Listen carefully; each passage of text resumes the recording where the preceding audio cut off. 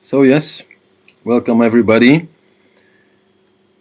We are now at the 5th Mahavidya out of 10, so we'll be halfway after today. And the Mahavidya of today is Tripura Bhairavi. We've already had Tripura Sundari, which was the greatest beauty of the three worlds, or let's say of the universe. So now Tripura Bhairavi is, you can say, the most terrifying person or lady of the universe. So maybe it's time to show how she looks, or how she can look, a little bit depending on the artist also. So I'll share the screen now. Tripur Bhairavi is another one, I would say, of the more, terror-inspiring Mahavidyas, like Kali, like Tara. Now if you compare Tripura Sundari, looking very beautiful and nice, and Bhuvaneshwari also. Here again we have more of a yogic figure, you can say, with chopped off heads hanging around her neck, she can really be seen as a warrior goddess. And one might say that it's a bit strange that in this picture, as in other pictures, she does not really carry any weapons, which you would expect from a warrior goddess, but that also has a meaning which I will explain. And so Bhairavi is the spouse of Bhairav, and Bhairav is a form of Shiva. Some of you will know already the Bhairav mantra, because I often give it to people in case they have a problem with anger or maybe depression or something. There it can be very helpful. But so Bhairavi, the female form, is a little bit different. She destroys the 9 impediments of mind, as they are called, the 9 weaknesses of mind. So here we actually deal with a new kind of fear, right? In Kali, we deal with the fear of death, where we learn that we are eternal, as the self, first of all, of course, but also as individual souls who go from one body to another body to another body, quite as long as we please. In that way, do not have to fear death. It's just a passing phase, a change of clothes. And so in that way, we can remove this fear. And then Tara removes the fear of emotional turmoil, teaching us the power of sound and the soundless sound and all the mantras with which we can control our emotions so that they do not get out of hand. And then with Tripura Sundari, we remove the fear of feeling that life is really not nice, of life being, let's say, ugly, boring, uninteresting, teaching us the power of pure perception. When we look at the world from the self, then everything we see is beautiful. Even suffering can be very beautiful. So in that way also, that fear is dealt with.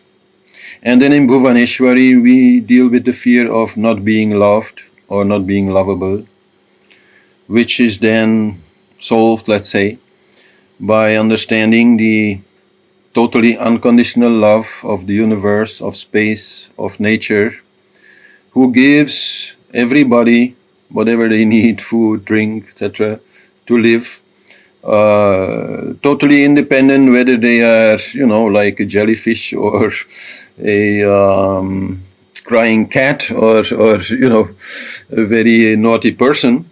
We are always loved, and if in that way we can also really love everybody and respect everybody as they are, then we can share that love, and that also then does not stop us from being quite particular, actually, in choosing those people with whom we want to have a love bubble, a little ecosystem, like so many are there in nature, finding our place, like the ants have their place and the birds have their place, and every creature in the world has its place. So we also find our place and stay there with people in close connection, and really then try to live that love fully. So these are all the fears which we have been dealing with till now. But so the fear that we are talking about now is the fear of weakness. No? We understand all these things, but we fear we are not up to it. No? We fear we can't do it. And actually here the answer is that this fear is not needed, because weakness is only in the body-mind. In the mind mainly, but then also, of course, mind and body are so much connected that we can say that it is in the body-mind. And to deal with the body-mind, we only need to apply knowledge and exercise. And that is actually also the meaning here of the scroll that she is holding, the scroll that represents the knowledge. And so with this knowledge applied then in certain techniques, in certain sadhanas, in certain exercises, we can change our mind. Whatever weakness is there, we can strengthen it. We do not have to doubt that. This is not actually a personal matter. We may feel it is like that. We may identify with our weaknesses. But actually we should not, because whoever you are, whatever is your history, you can really reprogram yourself, you can reprogram your mind, you can change yourself, and you can become whoever you want to be. So in that way, this fear is dealt with. But so this is about mind. It's not about the ego. Very often when people think about yoga and meditation, they confuse these two. But the way to deal with the mind and the way to deal with the ego are actually totally different. So when then we look at the yantra, first of all, maybe I could point out this downward pointing triangle in the middle. In some yantras you will see it pointing upward. This is really a downward pointing triangle, which means grounding.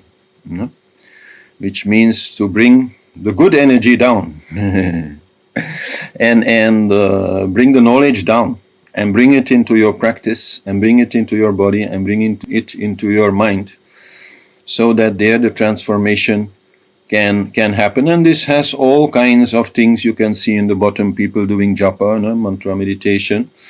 You can see people meditating in fire with then this cloth also around the head, which is a very particular technique, not to be tried just like that, only with good guidance.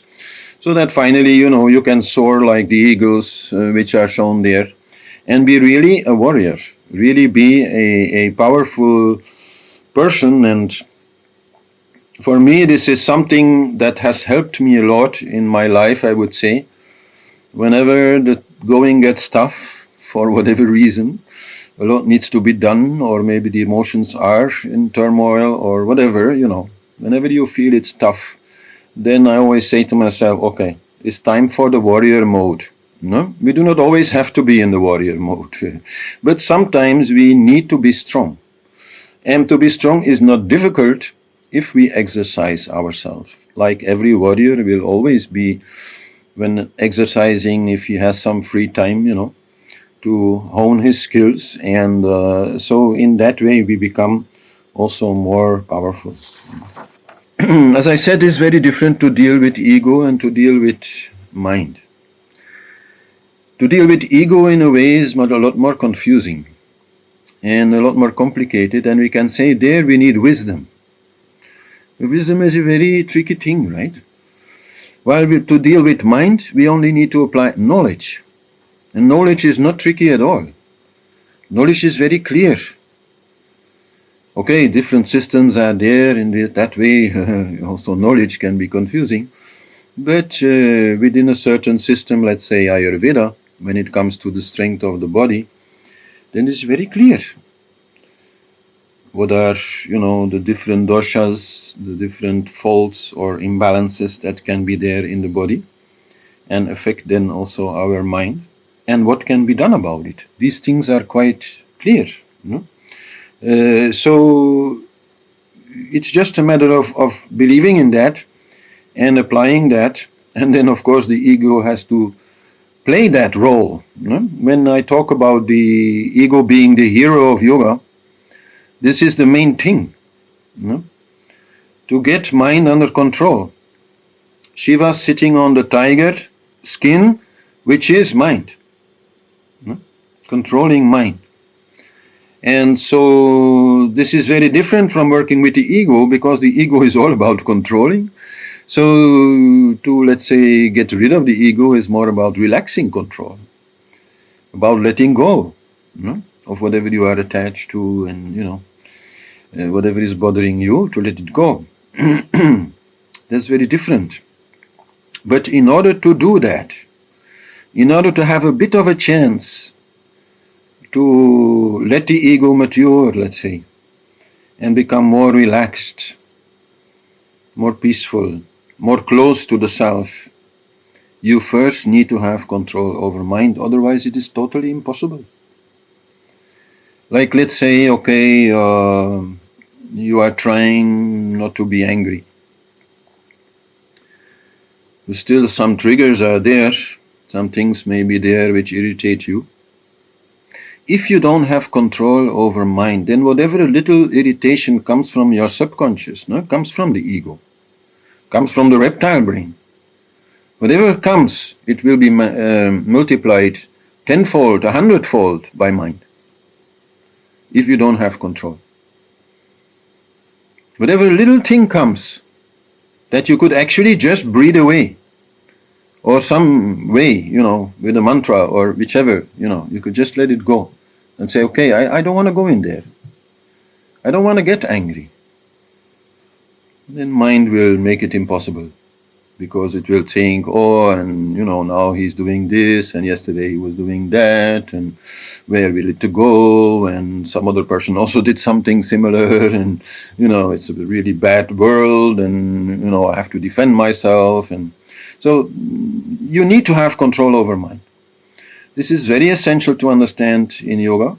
First, the ego has to become strong. Only then it can let go. You cannot let go what you don't hold. If you have no control over yourself, then how can you let go? It's not possible. So you first need that control over the body-mind. So that includes also the body, and definitely then also the mind, and all the relationships between these two. You need to control them, so that mind really becomes your servant. I mean, just imagine your hands start doing whatever they want. They're not doing that, right? They're real servants. They really do only what you want.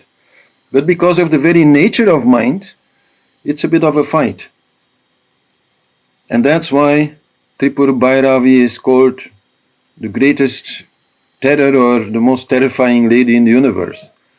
Because mind is very afraid of that lady. Because it teaches mind to be obedient, and that is a bit of a fight, and you have to accept that. I mean, it's like with a dog, some dogs, they, even from a very young age, they are behaving very nicely, and they don't really need to be trained. They, follow the rules almost like naturally. But there are exceptions. Most dogs at some age need some time to be taught to obey, to walk on a leash, for example, and learn to stay close and not pull, and all these things. Then if they learn that, then they can be left free. Like with mind also. The idea here is definitely not to say your mind always have to be under control. No, that would be so terrible actually, no? If you're reading a nice story, if somebody is making a joke, if you are watching a movie, playing some music, then mind should be free, so that it can do what it does best, that is to roam around and fantasize and so on. But it needs to know at some point, no, now is not the time. Now stop, come here, do whatever I tell you to do. This you have to get, and this is a hard one. This is a hard one definitely also in meditation, when you have to concentrate mind, and mind is bringing up all these thoughts. And this is a hard one in any spiritual endeavor that you are undertaking, because it can easily, make things go out of control, make an elephant out of a mouse, as we say. That's really mind. It makes the problem so much bigger, and then how to drop it. So you need to do that. Mind is just very distracted by its in nature, but you should not let it distract you from what you want to do, from the truth that you actually see. Mind distracts all the time.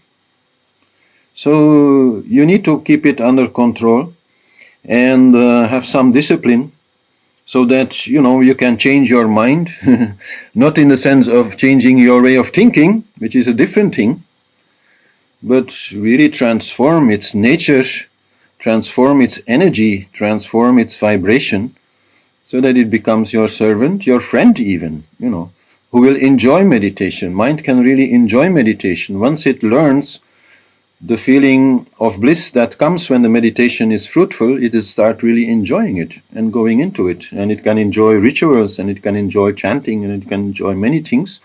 Only, it has to be brought to that point, like also with children sometimes. Mind is a bit like a child, very mercurial. So children also sometimes need to be taken away from their computer games, let's say, and maybe a little forcefully taught, now sit down and listen to this music, so that he can really appreciate something like good music in a real way, and not runs away all the time. So that is something which have to happen. And so these 9 impediments of the mind that Tripura Bhairavi is working with, we can go through them a little bit so that you see what I am actually in practice talking about. And the first one is actually sickness. And this may be a little bit strange to say it is an impediment of mind, but well, understand that mind is not just mind. Mind is part of the body-mind. This is a electrochemical or electrobiochemical machine that we are inhabiting, and it functions in a certain way. And if mind functions in the wrong way, let's say, then the body will suffer. And that is the origin of all disease. I shouldn't really go into that story, because it could take an hour or more to even come close to a little bit of explaining. But basically, what Kandachi Perth, the Nobel Prize winner of chemistry, once said is that every disease has its origin in the mind and in the emotions, especially, or through the emotions, the disease is created. And mind is not just about thought. Mind is also very much about emotions. So in that way, of course, if you are sick, you cannot perform in a normal way.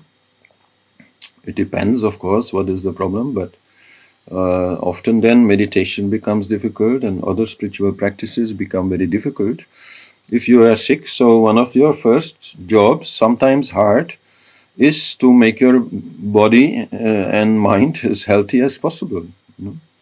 So this is a whole story involving traditionally then the Ayurvedic knowledge, where you learn how your body functions and how you can balance it by proper food, by proper exercise, and some knowledge of, I would say, home remedies, so that whenever some imbalance comes, you can easily yourself fix it.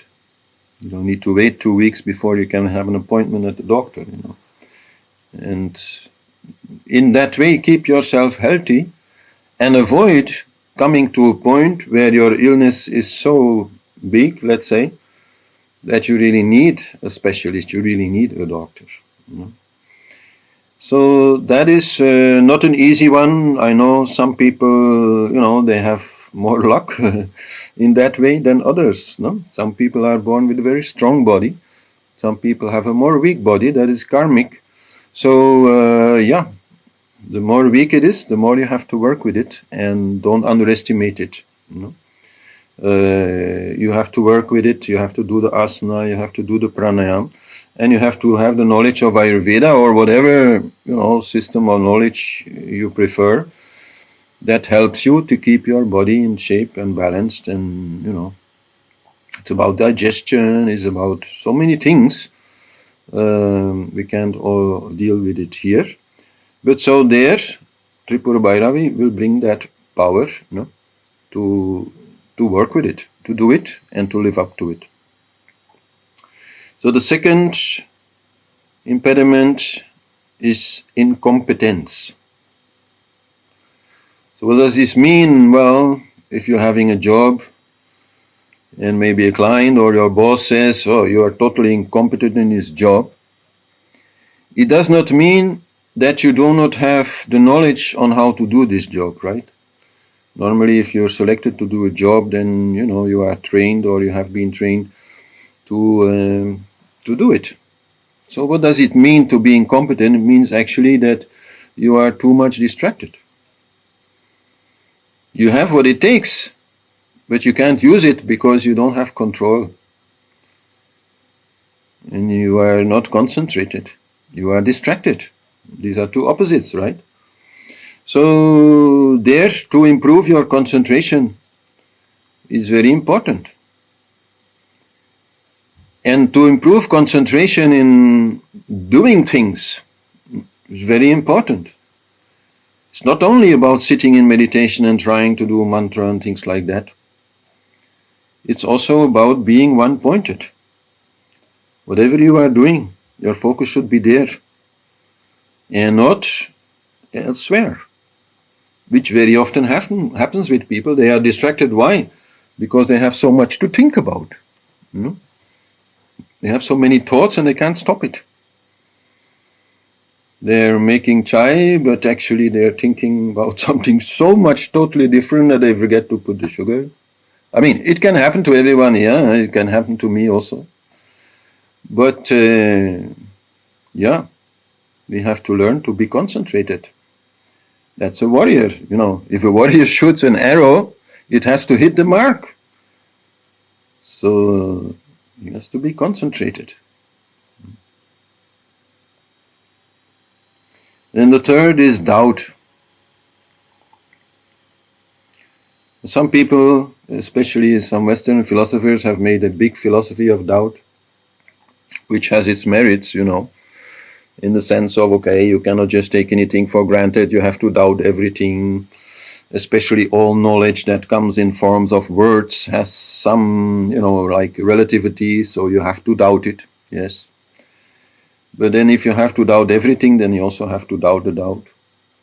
At some point you have to set it aside. It's good to doubt about something for a while. If you're not feeling sure about it, then sure, no? And then you study further, but at some point this doubt has to be set aside. And you have to say, okay, this is what I now know. Now I decide I'm going to go this way. I'm going to do it that way. And then not think about it. Anyway, there are always many ways to do something. That I often feel in people who come like for coaching. They are not making any decisions because they're always doubting if it is the right way. But actually the most important thing is that something gets done. Whichever way you want. Maybe, okay, one way takes 40 minutes and another way takes 50 minutes. But if you are thinking about it for 20 minutes, what's the use? Just do it. Once you feel, okay, this is a worthy path, go, don't doubt. It's very essential. How can you meditate if you doubt? How can you drop the ego if you doubt? You have to have this determination. So then the fourth of these impediments is called delusion. Delusion actually exists in different ways, I would say. What is meant here is the fantasizing quality of mind. Mind has this great power, very important, to imagine. Like if we plan something for the future, it's very useful. But sometimes it gets out of hand. And there's too much fantasizing, and nothing gets done again. And so this fantasizing can be about many things. But when here we talk about our spiritual work, then this fantasizing will be mostly about whatever result we are obtaining, right? There the ego also plays its role. It likes to be proud of itself, of what it has achieved. And okay, that's the ego's problem. But mind's problem there is that it can make a very good story out of that, through this power of fantasy. So then people, they do some meditation, and I don't know, maybe they've seen some lights, and a whole story comes out how they've visited their sixth chakra, and maybe, I don't know, saw a unicorn flying around. So these are distractions, because meditation is not about the lights or about these kind of experiences. Or maybe it is really about, I've now ascended, 5D, the fifth dimension. I see that passing a lot on Facebook. I have no idea what they're talking about actually, so I'm not talking about it, but it's one of these things. A lot of fantasy involved in that. And there's no need. There's no need. 3D is quite alright, and 4D anyhow we have with time. So you want to go beyond, yeah, very good, you go beyond, no problem, but don't fantasize too much about it. It's just a waste of time. It's very distracting. So, and then the fifth, is that fifth? Yeah, the fifth is sloth or laziness. Of course, a big one, When we feel that we are quite lazy as a person, then, what challenge can you really take on? Very difficult. Laziness, first of all, should be understood as a problem of the body. So there again, Ayurveda comes in the sense of the guna called tamas. To properly learn to recognize this and to know how to deal with it. And there, I think some of you have already heard it, but I like to share it again because it's so essential. To get out of tamas, which means a state of laziness, inertia, tiredness. Either you need rest, okay, you need to sleep, or if you want to go out of it, you need to push yourself into action. And with action I mean the guna called rajas, which really means, move, do something, walk, run, whatever. Run this laziness out of your body. If you feel sleep is not the right idea because, it's not the time to sleep, and you have slept enough, you had a good night's sleep, but still you are feeling lazy, then to push yourself into action is what will convert the energy of tamas to rajas, to the energy of action.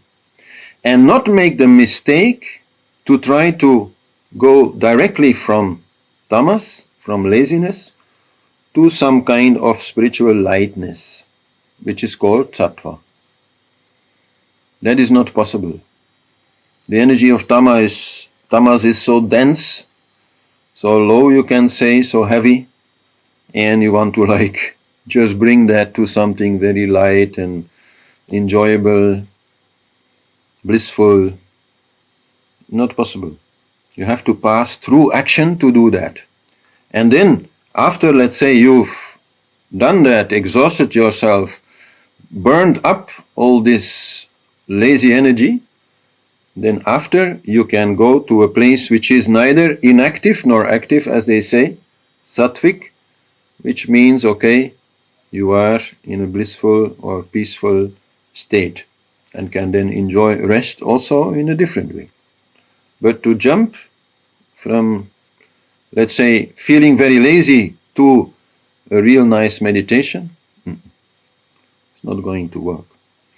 So there's that kind of knowledge, and part of the understanding should also be that when it comes to mind rather than the body, this laziness can also be a little bit like a habit. So we have to recognize that. I don't know. Watching TV 3 hours every evening. Lying very lazy in the couch and eating chips and whatever, you know. These are habits. So then we have to change these habits and use that warrior power to say, okay, not today, you know, and not tomorrow also. You know. And I'm not saying we cannot have some laziness. This tamas energy also needs its place. But it should not become a habit, and definitely it should not become a habit like during the day and in the early morning. If tamas has its place, it's in the evening, after we have done a lot of work, and okay, it's maybe not yet time to go to bed, but it is time to rest and relax and enjoy being, you know, lazy, which means also a little bit like without purpose, without project, without too much stress, you know? That is also needed, but it should have its proper place. And of course, there is also a relationship between this laziness and our biochemistry. So we have to find out if going a little bit into this warrior mode does not work, still we feel so much laziness, then probably we have a lot of impurity in the body, called ama in Ayurveda. So then we have to go through various ways of purifying ourselves, and especially the blood. So specific plants can help with that, exercise obviously also can help with that, but maybe, you know, sauna, massage, osteopath, many things can be done, and try it, so that finally you again have a normal energy and you are not all the time like lazy or tired. Purify your system. And one thing also definitely to look at, I'm a little bit expanding a lot on this subject because I encounter it a lot also with people. One thing certainly also to look at is digestion, and especially the situation in the stomach with Agni, the fire, no, which is there, which actually is best represented by the acid that is found in the stomach. If that system is somehow not working properly, automatically you will feel quite lazy, because your digestion is going to take a lot more energy from your system than normal. So then, okay, whatever you can yourself learn of Ayurveda can be helpful, or maybe you need some professional help there to restore your Agni, to restore your digestive fire, so that your digestion again becomes normal. Then the sixth is non-abstention. So non-abstention means, okay, for some reason or other you don't want to, let's say, drink coffee in the morning before meditating because you know it makes your mind more distracted, more active, and you don't want to do that, but you can't. You're so used to it. You need that cup of coffee. You know? So this comes in so many different ways, where you know that for your practice it's better not to do something, but you can't stop yourself. Like you really plan to do some asana practice, let's say around 12, just before the noon meal, so that you have an empty stomach, but around 11 you encounter a very nice cake in your fridge and you can't stop yourself. You're still having it, even though you know half hour later when you start bending over and doing all these weird things with your body, it's not gonna work. So in that way is of course a way of having control. And there's also of course some real addictions here which are in place, but they of course need also solutions. But the, let's say, overuse or too much dependency even on very normal, relatively healthy things, relatively normal things, but to have this strong desire for them at some point at the wrong time, that is very much where it goes. I think so. Those of you who have seen my explanation on how to do a retreat, based on what I was doing in France, I was explaining how I was organizing my day so that every practice that I wanted to do had its proper place, and how then food was so important, because to eat at the wrong time was really destroying the whole program. So then, especially there, if we cannot stop ourselves, it's a pity. So we try to do that. And then with some addictions, we also have to understand some force is needed, not just for mind who just so much loves cake, but also for the body. The body also has its addictions. The body also has its particular things that it likes, and if it comes into sight, let's say, that force of the body also will push you. So you have to be strong there. You have to fight your body, mind, otherwise you cannot win this kind of battles. So, and then the next one is called wrong understanding, erroneous conception. That is also a problem of mind. Repetition. Like some thought pattern has been there from the past, and it's quite strong because it's been there a long time, and you've been thinking that thoughts, that set of thoughts many times. And then you learn something new. You listen to a lecture, you read a book, whatever, and this changes your opinion about it. But still, one of the problems of mind is that it will have a tendency to repeat those old stories. So you have to be very aware of that, let's say, faculty of mind. This repetition of old thought patterns. And you should not see this as a problem and not take it personal. Just see it as part of the natural function of mind. Mind is all about helping you. So when something happens and you've had many times before a particular thought pattern attached to that kind of happening, then mind automatically will bring it. It's very normal. But you've changed your mind about it. You want to think differently, so you have to be very conscious to then go against that old thought pattern and change it. Change it by recognizing whatever triggers it, and then very consciously attaching a new kind of thought pattern, a new kind of also reaction pattern or behavioral pattern to that trigger.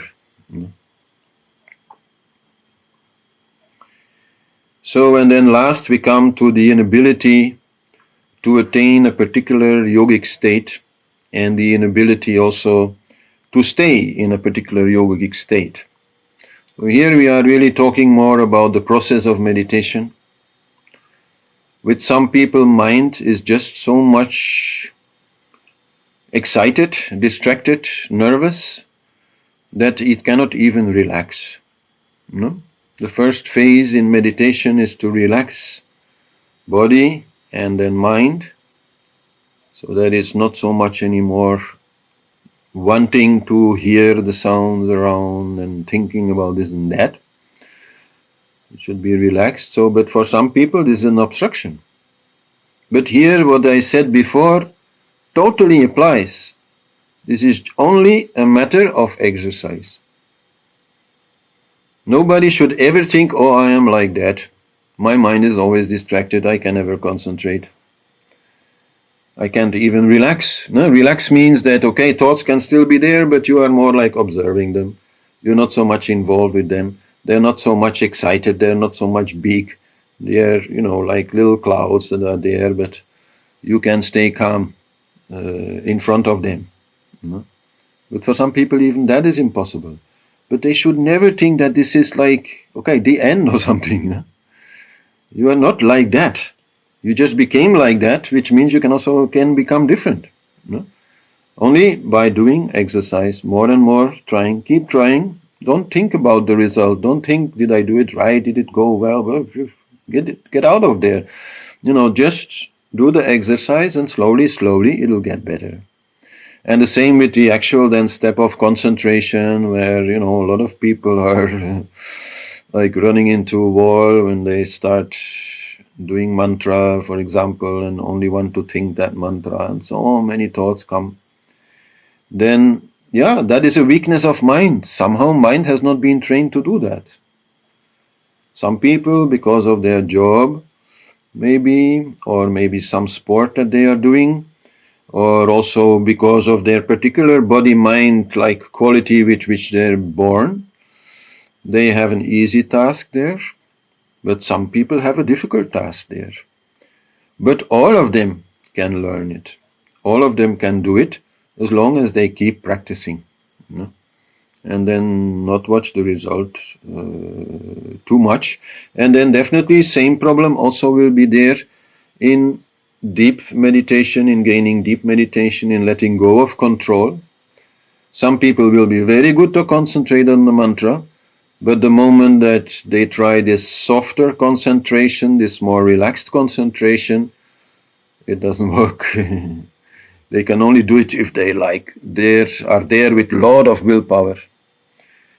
Those are more the control freaks. The control freaks, just sorry to call them like that. The control freaks, they are used to, having control. So generally they're quite concentrated. It's very important to them. But then when they meditate, they can be very concentrated, but then very difficulty to drop that like intensity that they have, to be really more calm and relaxed and let it happen, and surrender to the divine and surrender to this deeper meditation, in which you have no more control. So we all have our problems there, but these are all problems of mind. So they can all be fixed.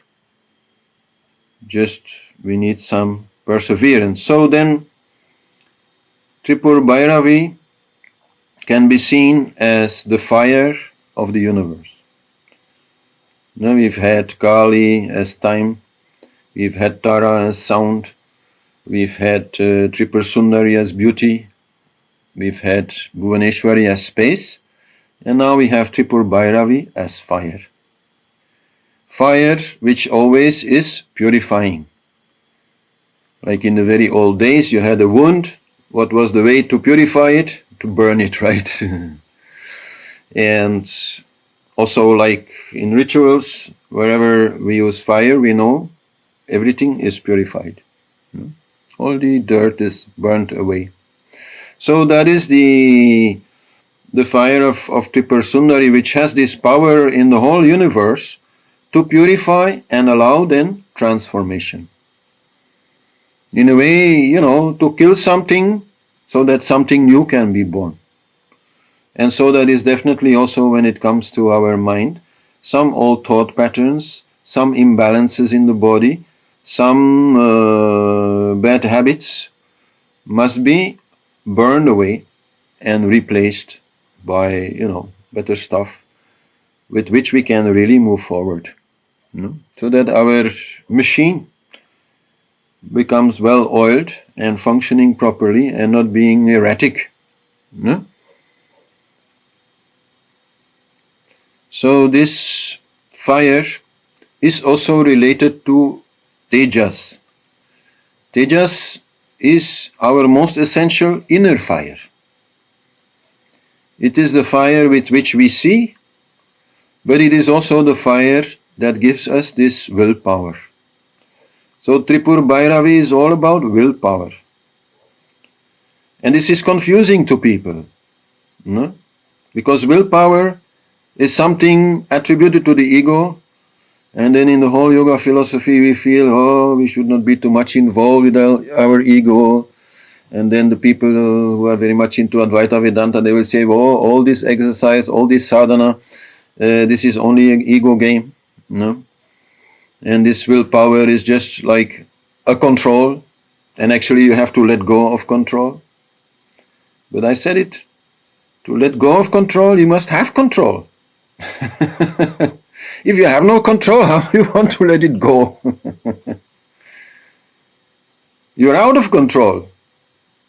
In a way, we are all out of control. You know, our mind is very neurotic sometimes. So first we need to bring it under control. Then we can let go. So that is the tapas, no? Tapas literally meaning burning. To a little bit put ourselves on the barbecue and roast ourselves so that we become really truly pure and palatable, let's say, and useful. You know? So we purify ourselves with this fire, with this willpower, and that way we transform ourselves. This is not yet the big task of yoga. The big task of yoga lies in the ego. This is the first step. Gain control. Be in charge. If you're not in charge, what are you going to do? You know. So you need to do that, and this is often misunderstood. You know. And the need for exercise, the need for sadhana is there for mind.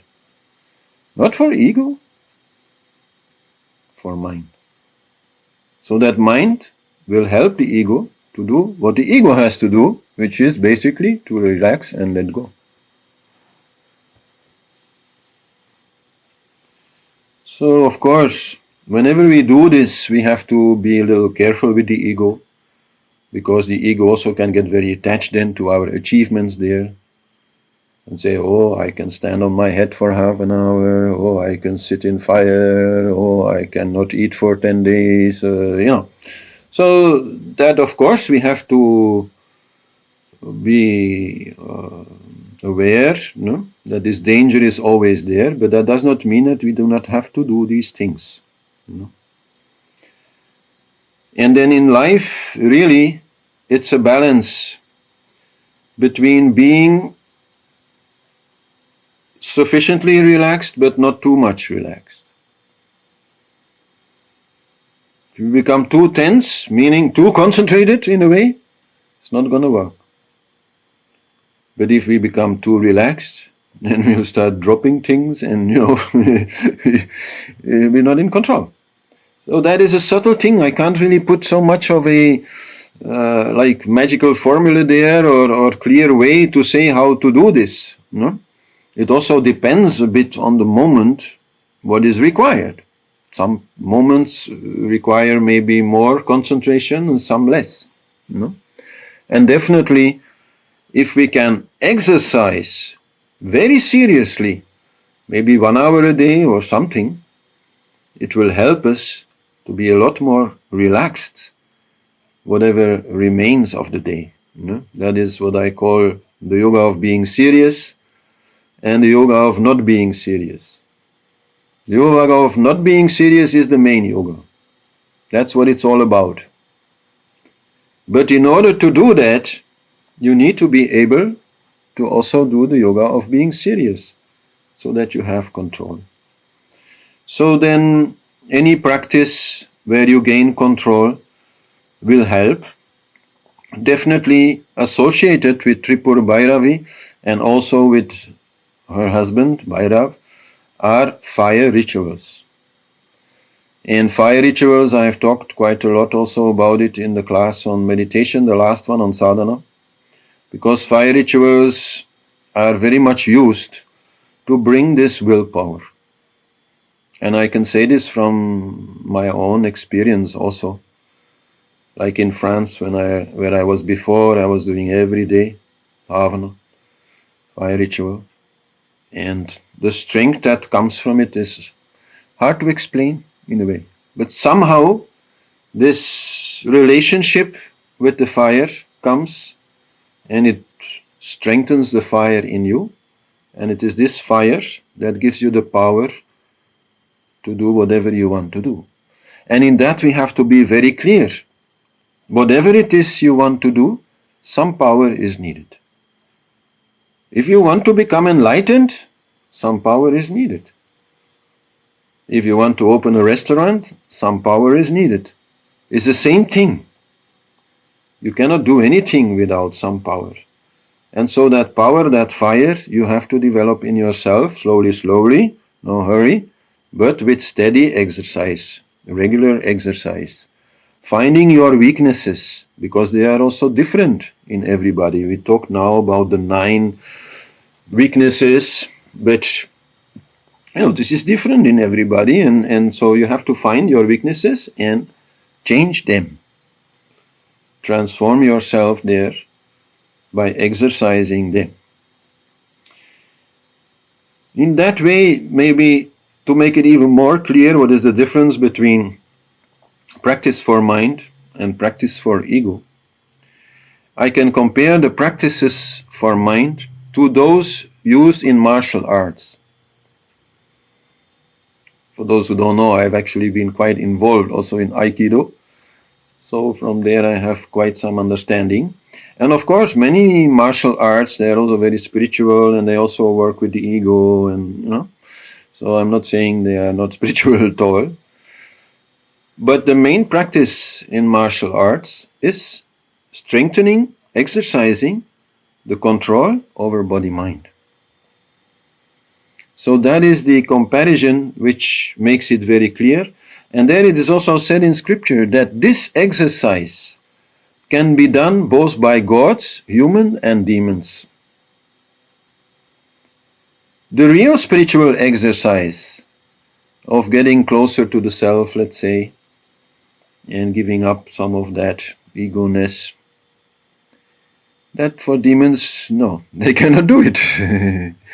Because that's why, that's how they are. But to get the power, that anybody can do. So this is also important to understand, because I'm sure some of you feel very strong on this spiritual path and are very, let's say, not confused about it, certain this is, the way you want to go. But some other people may be not so sure. Maybe they mostly came to yoga and meditation because they had some problems, maybe in the body, maybe in relationships, maybe in the mind, they were too much stressed or something.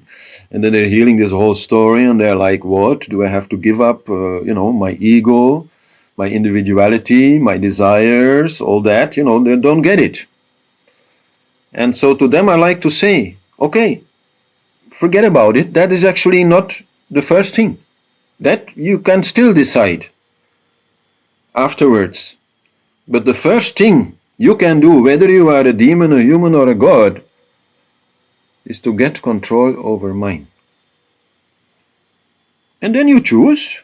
There's nothing to say that demons are making the wrong choice or anything. No? They're just more selfish. We are free, no? To be whatever we want. Bhuvaneshwari loves us anyhow. We talked about that last time. But to get control over mind, in the old days, I must say, this was much more there, because somehow everybody was much more also in survival mode, right?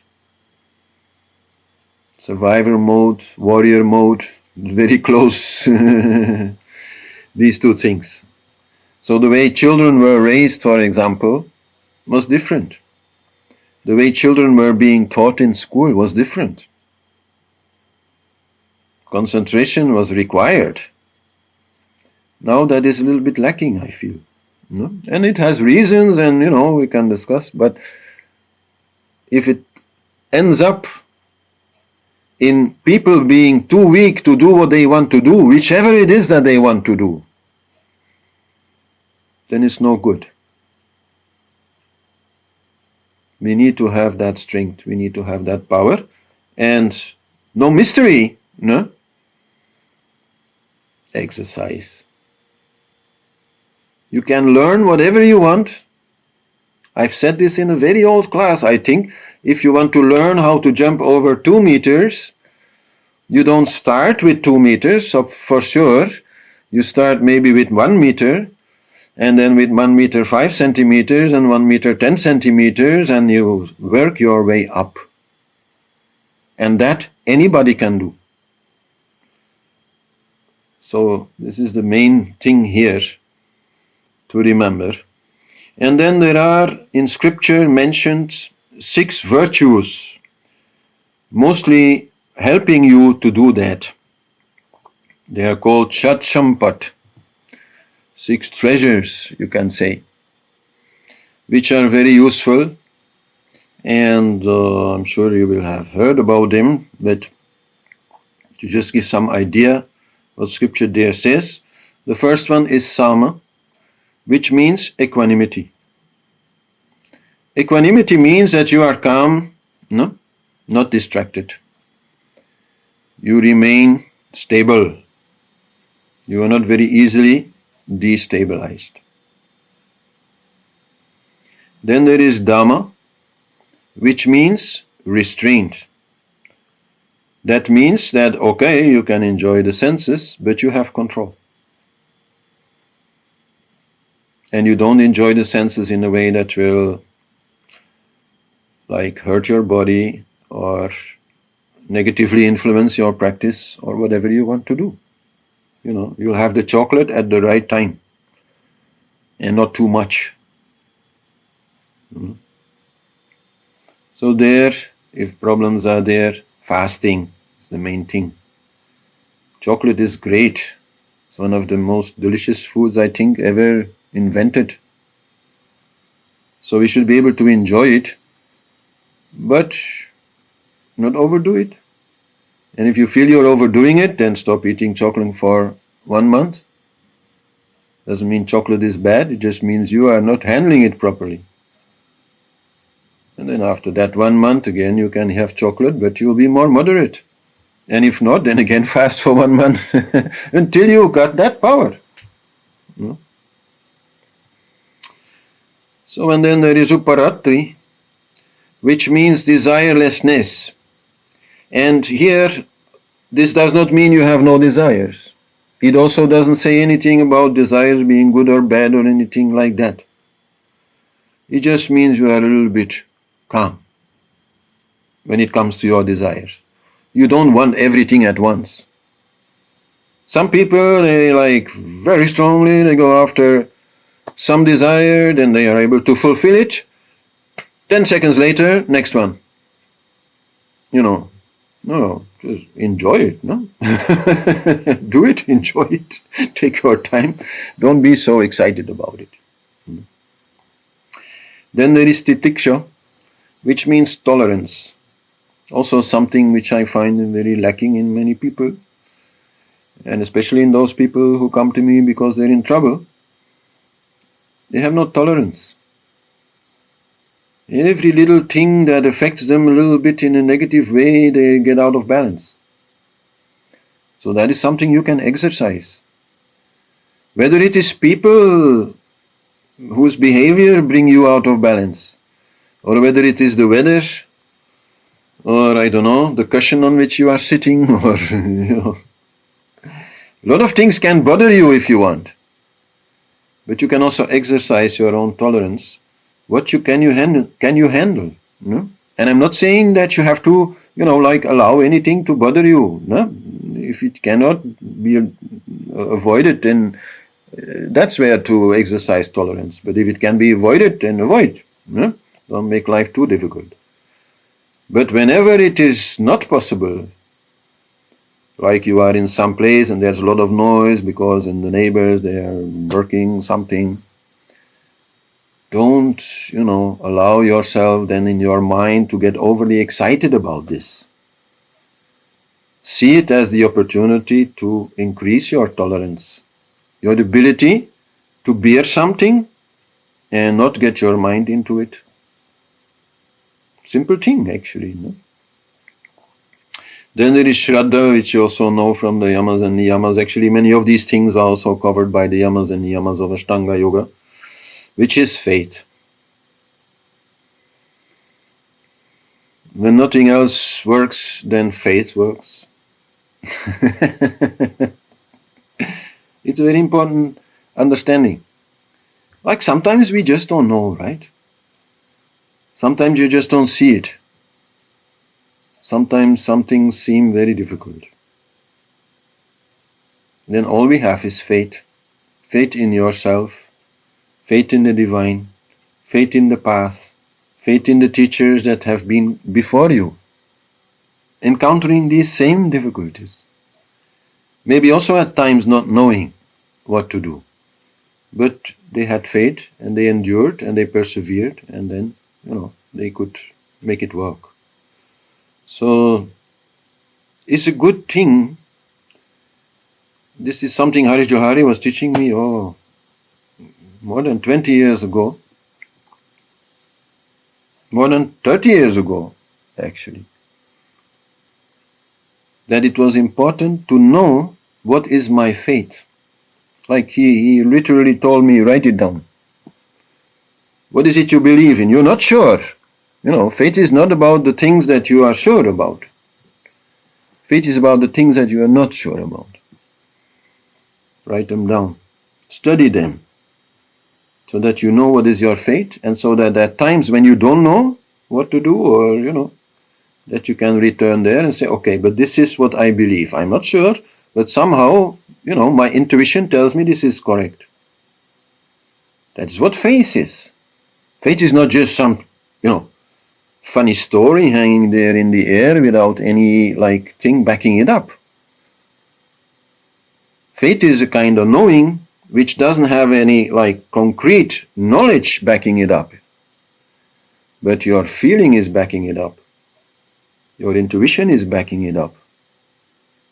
So you have to be aware of that.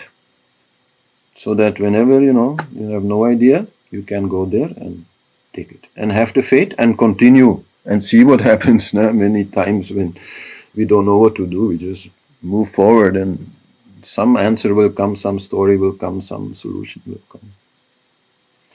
And so then the last of these 6 virtues is samadhana, which means determination, perseverance. Sometimes, you need to a little bit pump up yourself there. It's like when I teach about meditation, I say you always start with your intention. What are you going to do? And then you promise yourself, yes, that's what I'm going to do. You are determined. You will not, back down. And you are going to do it. So, I think this more or less explains what Tripur Bhairavi is about. But maybe there are some questions.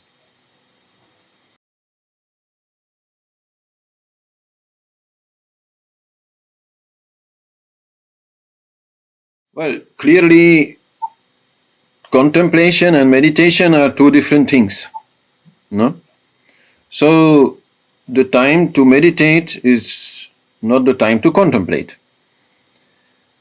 So, normally speaking, I would say, no, you are trying not to think, so don't think. But sure, there are exceptions, and I can imagine that some of those thoughts really are very interesting. They are a little bit different from normal thoughts, which usually are like part of a chain of thoughts, a thought pattern. Here you get a thought which comes out of nothing, since you are silent, no? And so it may have a certain value, and it may be worthwhile to think about, but you have to be careful not to, spend 3/4 of the time that you've reserved for meditation in contemplation. So there are ways then how to deal with it, like, you might write it down and then continue the meditation and think about it elsewhere. If you really feel, wow, this is like important insight, even maybe in something that at the moment is really important to you, maybe about some work, some relationship also, it doesn't always have to be the high spiritual, insights. But they may be valuable nevertheless, like new or bringing a totally different light. So then you could write it down to think about it later. I could even add to that if certain emotions are coming up, maybe unpleasant emotions also are coming up during meditation, then you could also write them down and then try to continue your meditation. It depends a little bit also what is your time schedule.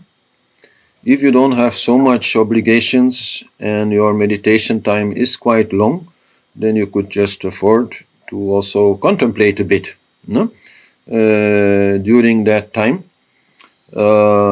If on the contrary, you have a lot to do in your life and only maybe half hour for meditation, then best to also use it for that. Because contemplating anyhow we are doing all day. So, but to write it down, maybe then a good way if you feel it's really important. But if you are going to be too much like permitting yourself to just think, then it's tricky, because you might find that really then that starts dominating your meditation, not just this once but also afterwards. It becomes also again a habit. Mind is tricky, when it has found a way to get you out of your meditation, which principally it does not like, all this concentrating stuff it doesn't like. So when it has found a way, it will bring it back, again and again and again. So that is, you have to be firm there. But sometimes I also do it, sure. But I also have quite a lot of time for meditation, so I can afford. But normally, if I really sit here in the morning during meditation, then I'm not allowing that, actually. In the evening, my meditation is different and a little more relaxed, you can say, and so there it is more possible. But still, there also then correctly apply the technique of contemplation, which is actually not exactly the same as thinking. Contemplation means that you hold a thought in mind and that you try to feel the truth of it or the value of it, and not so much start, seeing all the ramifications and conclusions, and that's the real contemplation. I am eternal. It's a good thing to contemplate upon. And during that process, I'm sure that more thoughts will come. But we can still keep it down. And whatever thought then comes related to this I am eternal idea, where maybe it all started, you let it be there. You don't start, writing a book. You let it be and you feel it. Like, just say, I'm eternal. And you let that hang there. Then maybe comes the thought, that means I don't need to hurry. Right? You let that one hang there. Oh, I really don't need to hurry. Okay. And then maybe a next one comes, right? So in that way is more useful. But writing books is also very useful. So, you are free, but it is still different. And this is one of the problems, I would say, in Advaita Vedanta, because they limit people to pure beingness when it comes to meditation, that people after a while, they're actually mostly contemplating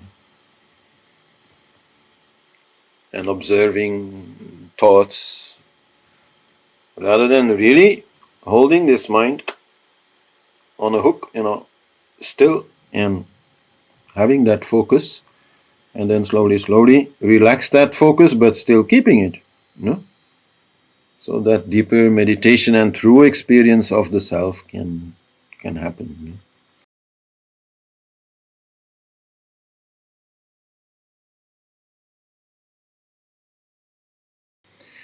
Yeah, well, they are not. They are related to you, only you don't know it, because it comes from your subconscious mind, which is beyond what you know consciously. There's no other way. They might also come from spiritual energies that are then in connection to your subconscious mind, but let's not think too much about that, because that's more unusual. The usual thing there is that these are things that come from past lives. Is that you witness them, you especially try not to get emotionally involved with them, like if they are maybe a little bit unpleasant, you don't fear or anything like that. And yes, you just return to the mantra. It just happens.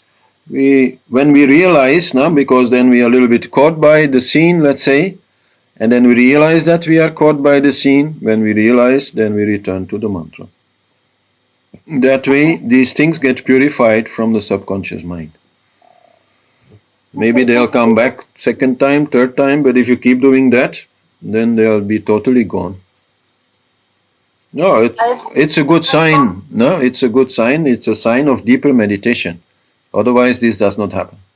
So it's a good sign. But nothing to pursue. You cannot do anything there. You cannot change the past. I had that many times. Now, the last years, this is less, I guess, because, it's come a lot, so it's kind of cleared out a bit, I guess. My favorite was in the mountains.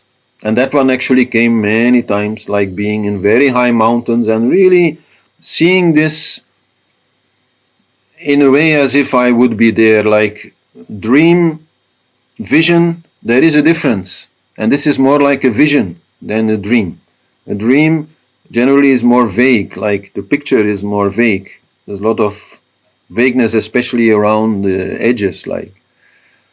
But real vision is like real. So that you really feel, I am here. How did I suddenly come to this big mountain? What am I doing here? Like totally forgetting you are meditating, totally, you're like, if you have no like awareness of consciously trying to create images like that, then that is not what is happening.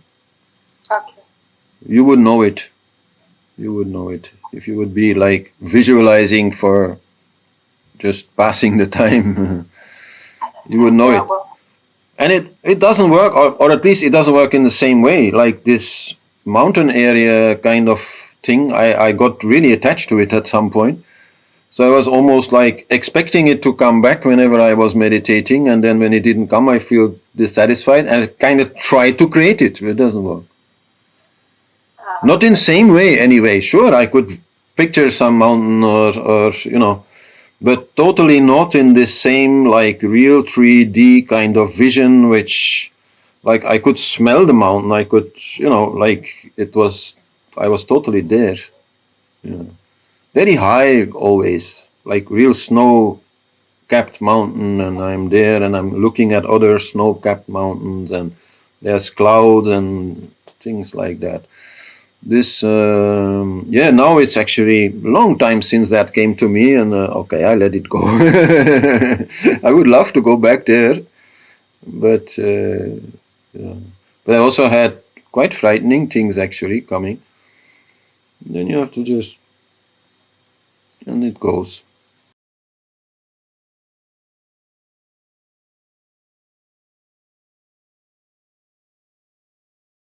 Well, it is different for everybody, in the sense that what I was explaining was something 30 years ago about, so I was a different person then. No? Yeah. So my faith at that time was a lot more different than it is today. And I'd have to think quite a lot, I think, to find some things where I feel that I have a faith, but I don't have the knowledge. Because that, of course, has grown. But in those days, it had to do with, yeah, very basic things like I remember one of them I wrote down was that every person has good inside. This was one of those things. Now, for me now, this is not a faith. This is a fact. Yeah, so this has changed. Yeah. Like I was explaining some class ago, even demons, they have the self inside. You know, so. It could be everything happens for a reason and I don't have to interfere or yeah. something like Yeah, that. well, now you're naming one where I might also have my doubts. If I think about it, no? Like, it's more tricky. But I do have that faith, and I do, feel that that is true. But if I would need to, like, make a class about it and explain exactly, a